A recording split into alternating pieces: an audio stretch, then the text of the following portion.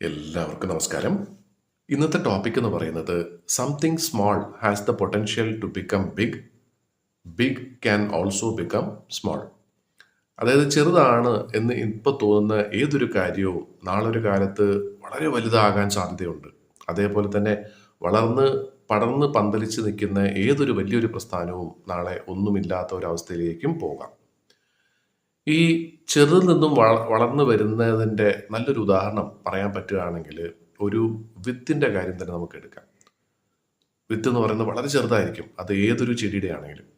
പക്ഷെ ആ വിത്ത് ഒരു പക്ഷേ നമ്മൾ നട്ട് വളർത്തി ഒരു ചെടിയായി, ഒരു മരമായി, ആ മരത്തിൽ പല ഫലങ്ങളുണ്ടായി, ആ ഫലങ്ങളിൽ നിന്നും പല അനേകായിരം വൃക്ഷങ്ങൾ വേണമെങ്കിലും ഉണ്ടാകാം. എന്ന് വെച്ചാൽ ഒരു വിത്തിൽ ശരിക്കും പറഞ്ഞാൽ ഒരു വലിയൊരു കാട്, ഒരു വനം ഉണ്ടാക്കാനുള്ള ഒരു കപ്പാസിറ്റി ഉണ്ട്, കഴിവുണ്ട് എന്നാണ് പറയുന്നത്.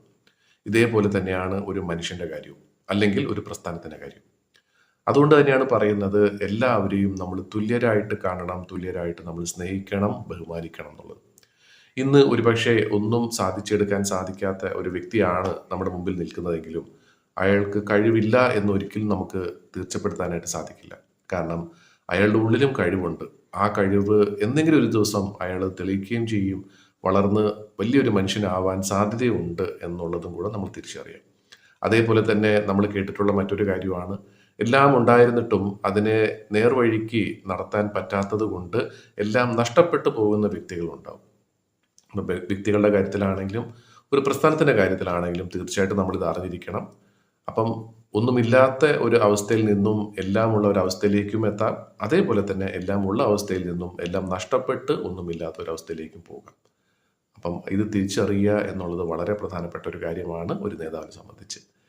അപ്പം നമ്മുടെ ജീവിതത്തിൽ വളരെയധികം ആവശ്യമുള്ള, നമ്മൾ അറിഞ്ഞിരിക്കേണ്ട ഒരു കാര്യമാണിത്. കഴിവില്ലാത്തവരും കഴിവുള്ളവരായി മാറാം. എന്നുവെച്ചാൽ അവരുടെ കഴിവ് അവർ തെളിയിക്കുന്നുണ്ടാകാം. കഴിവുള്ളവരും ആ ഒരു പിടിപ്പുകേട് കൊണ്ട് ഒന്നുമില്ലാത്തൊരവസ്ഥയിലേക്കും പോകാം. ഇതൊരു ജീവിത സത്യം തന്നെയാണ്.